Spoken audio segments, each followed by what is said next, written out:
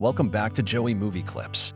Today, I bring you a 2013 Spanish TV series titled El Tiempo, Entre, Costuras. Spoilers ahead. Watch out and take care. She really had gifted hands. The landlady picked up a dress she no longer wanted. Shayla takes it and repurposed it into something amazing. When the landlady tried it on, she was amazed at how fitting it was. Inspired by this, she came up with an idea to make money. A few days later, she was wearing the coat made by Shayla. As expected, the other tenants noticed and requested Shayla to make something for them too. Just when Shayla was about to do it free, the landlady interrupted, insisting that she must charge. And so, their venture commenced.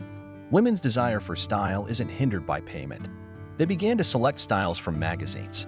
Luckily, Shayla could make all of them that too quickly and efficiently. In a few days, the neighbors were wearing new clothes, and they did quite well in their maiden venture. Soon, on the streets, people started noticing the landlady's dress. Compliments poured in about how their wives were looking to change their fashion consultant and who made the dress. As Shayla was about to answer, the landlady stopped her, recommending high-end boutiques instead. Seeing the disagreement, the landlady taught Shayla an important lesson. She argued that if you pulled these ladies into their common tenement, they wouldn't come for a second time. From then on, in the eyes of these ladies, Shayla would always be a seamstress from the slums, never a designer. That's why Shayla needed her own shop. Despite it being a daunting task to run a shop, the landlady assured Shayla that she would support her, even if it meant free food and accommodation for her. She wouldn't allow Shayla to decrease her value indiscriminately. They awaited the opportunity and didn't have to wait too long before it presented itself. One day, Shayla stood before a mirror and a tenant, Andre, walked past and returned. Of course, she understood what men were like. Later, on the rooftop, they struck a deal. On one night, she slept with Andre. In exchange, Andre gave Shayla a fake passport. This was the equivalence of opening a store. Although, she was more keen to go back to Madrid to see her mother. However, life never goes as planned and the situation took a turn. Just when Shayla was spending a nerve-wracking night, the police suddenly showed up at her doorstep. She was scared out of her wits but witnessed a surprising sight. At this point in the Spanish Civil War, preparing a false passport and cleaning up one's identity could be dangerous. Andre, who was a hardened criminal and caught with stolen goods, whispered something into Shayla's ear before being led away. That night, Shayla searched Andre's room. The landlady advised her not to waste her energy, as even with a fake passport now, with such strict examination, the odds weren't in her favor. But Shayla wouldn't give up, for she had to return to her mother.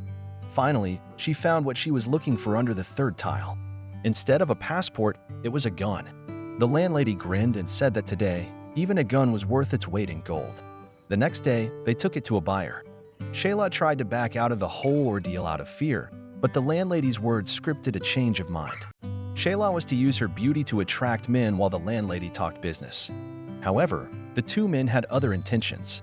They were led away in terror, but, luckily for them, the men were truly interested in business. They offered $9,500 for the 19 guns on one condition: they had to deliver it outside the city. The high return was accompanied by high risk, but the landlady agreed. When Shayla was about to vomit in fear, the landlady announced that she will deliver the guns at night. However, as soon as she stepped out, she saw the police searching each house. She called Shayla, and the only option they were left with was to let Shayla deliver the guns. The landlady strapped all the guns to Shayla under her robe and asked her to disguise as a local Moor woman. Fearfully, Shayla set off. When she saw the soldiers at the city gate, she was scared to the core, but she grit her teeth and moved forward. After a soldier barricaded her way, he let her through just as the tears threatened to break her resolve. However, she was surprised to find more checking soldiers outside the city who asked for her identification. She thought it was the end, but another soldier suggested to his companion to leave the simple and poor Moor woman alone to avoid being confined by the supervisor. Shayla was then able to head to the train station, as per their agreed location. However, because of the tense situation, everything had changed. The train station too was being searched. She had just handed over the product and received the money when the soldiers arrived. She was advised by the contact person to jump out the window while he dealt with the soldiers. Armed with the income, she ran along the railway and didn't stop to pick up her fallen shoe unless she saw the agreed station signboard. She hid the earned money under a rock and only returned to the city by the next day's dawn. Back in the apartment, they found that a massive search had taken place last night. They gazed at the money, and just when they thought they were off the hook, the bell rang announcing the arrival of the chief of police. Shayla quickly hid the money in the ceiling fan before changing her clothes to act as if she had just woken up. The chief officer revealed Shayla's fake passport, which was discovered among Andre's stolen goods. Shayla had matured over time and acted composed. She explained how Andre had known about her wish to return to Madrid. He used a fake passport as a bait to sleep with her. With the checks being so strict at present, she said she wouldn't use a fake passport and get caught. The chief believed her, and after he left, the landlady opened the fan to let the money rain down. It was an exhilarating scene, as if the heavens showed mercy and joy fell from above. $9,500 wasn't a small sum. They rented a shop for merely $300 a month, then started to organize everything slowly. The landlady focused on high-end and didn't hesitate to buy the best items. Once everything was prepared, she handed it all over to Shayla and kept herself uninvolved in the operations, simply splitting the profits.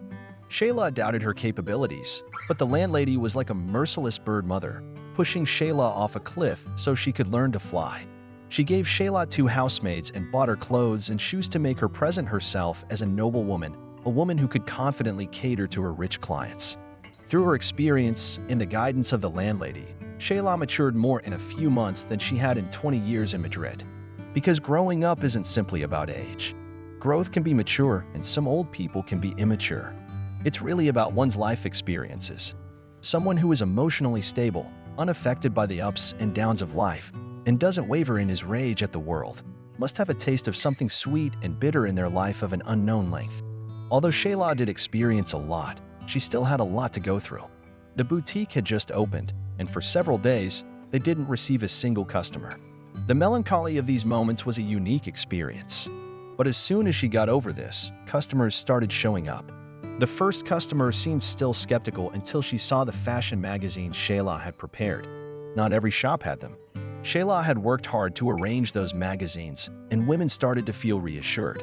They started choosing styles, and Shayla could make all of them. But as they left, someone added a tennis outfit to the order. Shayla readily agreed, even though she had no idea what a tennis outfit was.